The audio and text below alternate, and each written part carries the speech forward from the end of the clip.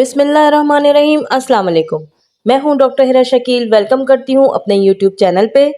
तो दोस्तों, आज जिस टॉपिक पे हम बात करेंगे वो है न्यूरोजेनिक ब्लैडर, यानी पेशाब का ना रुकना। दोस्तों, ये वो मर्ज है जिसमें हमारे बुजुर्ग लोग या आम लोग भी जिनको पेशाब का मर्ज हो वो यूरिन रोक नहीं पाते हैं और उनको यूरिन थोड़ी थोड़ी देर पे लगता हो।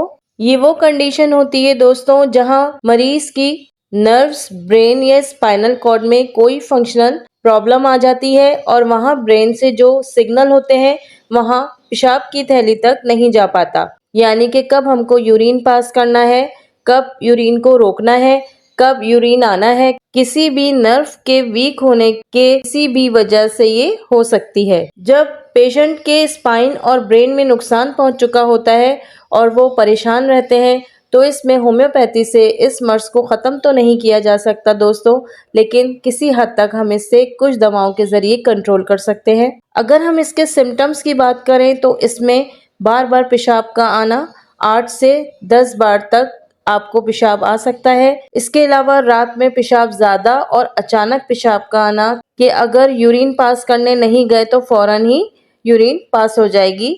ये सारी कंडीशंस न्यूरोजेनिक ब्लैडर की कंडीशंस होती हैं। कॉजेस की अगर हम बात करें तो जब किसी मरीज के ब्रेन में कोई डैमेज हो जाए या स्पाइन में डैमेज हो जाए या जब कोई कंजेनाइटल प्रॉब्लम होती है, जैसे कोई स्ट्रोक हो जाता है, तो ऐसी कंडीशन में न्यूरोजेनिक ब्लैडर की प्रॉब्लम होती है। प्रेगनेंसी में भी यूरोजेनिक ब्लैडर की प्रॉब्लम हो सकती है। बात करें तो ये कंडीशन मुख्तलिफ न्यूरोलॉजिकल मसाइल की वजह से पैदा हो सकती है, जैसे कि रीढ़ की हड्डी की चोट जो असाब को नुकसान पहुंचा सकती है, जो मसाने को कंट्रोल करते हैं।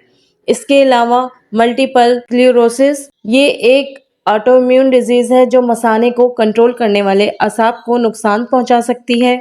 इसके अलावा स्ट्रोक यानी फालिज, दिमाग में अगर चोट से मसाने का कंट्रोल के असाब मुतासिर हो सकते हैं। इसके अलावा एक डिजीज़ है जिसे पार्किंसन डिजीज़ कहते हैं, असाब की बीमारी मसाने के अफ़ाल को मुतासिर कर सकती है।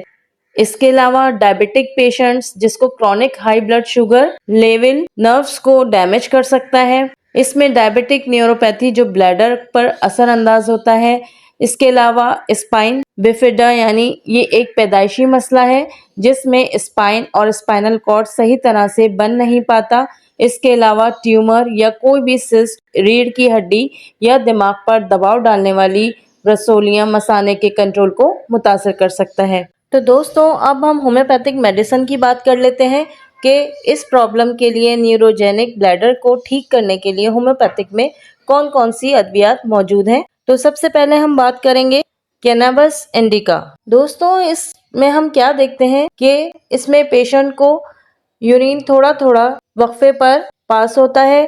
हर वक्त मरीज वॉशरूम जाता हो और थोड़ा पेशाब होता हो, थोड़ा थोड़ा यूरिन थोड़े थोड़े से वक्फे पर होता हो और तकलीफ के साथ होता हो, तो ऐसी कैफियत को ठीक करने के लिए कैनाबिस इंडिका 30 पावर में बहुत अच्छा काम करेगी। नेक्स्ट मेडिसिन की हम बात करेंगे मर्कसोल। इसमें क्या होता है, पेशेंट को बार बार पेशाब महसूस होता है और पेशेंट बार बार उसको वॉशरूम जाना पड़ता है। अगर ये महसूस हो कि बार बार आपको यूरिन पास करने के लिए जाना पड़ रहा हो, पेशाब की धार बहुत ज़्यादा कमज़ोर होती हो, पतली होती हो, तो इस कैफियत को ठीक करने के लिए मर्कसोल 30 पावर में बहुत अच्छा काम करेगी। नेक्स्ट मेडिसिन की हम बात करें वो है ब्राइटाकार्ब। इस कैफियत में क्या होता है दोस्तों कि मरीज बिल्कुल भी पेशाब को रोक नहीं पाता और पेशाब उसका फ़ौरन निकल जाता है, यूरिन फ़ौरन पास हो जाता है।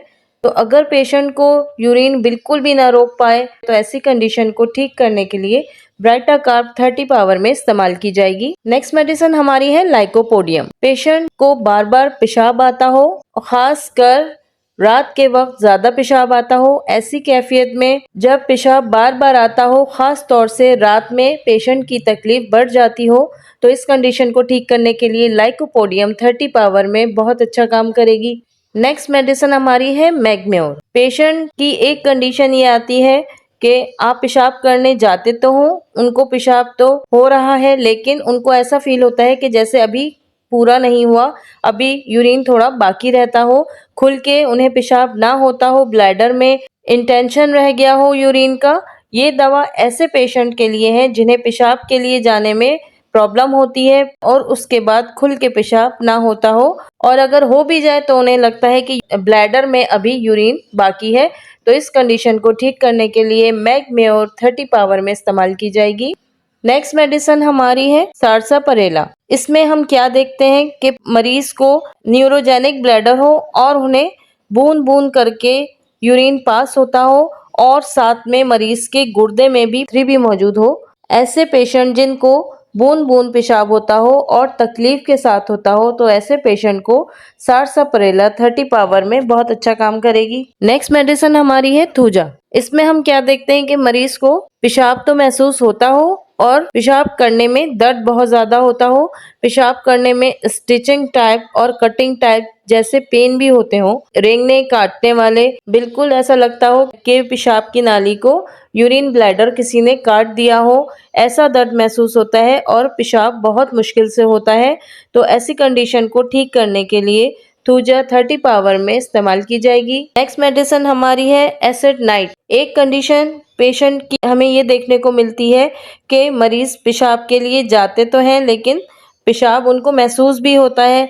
एक तो पेशाब मुश्किल से होता है और जब पेशाब पास हो रहा हो तो उन्हें सुइयां चुभने जैसा दर्द महसूस होता है उनके यूरेथ्रा में, और साथ में चुभन भी महसूस होती है यूरिन पास करने के बाद। तो ऐसी कंडीशन को ठीक करने के लिए एसिड नाइट 200 पावर में इस्तेमाल की जाएगी। तो दोस्तों ये थी न्यूरोजेनिक ब्लैडर के बारे में इंफॉर्मेशन कि अगर पेशेंट को पेशाब ना रुकता हो, उसको ये तकलीफ होती हो, तो ऐसी कंडीशन को ठीक करने के लिए जो हमने होम्योपैथिक मेडिसिन बताई हैं उसका इस्तेमाल करके आप अपनी तकलीफ को ठीक कर सकते हैं। इसके अलावा आप अपने करीबी होम्योपैथिक फिजिशियन से भी जाके मिल सकते हैं और अपनी दवा को प्रिस्क्राइब करा सकते हैं। तो दोस्तों अगर आपको मेरी इंफॉर्मेशन पसंद आई हो तो मेरी वीडियो को लाइक, शेयर और सब्सक्राइब करना ना भूलिएगा।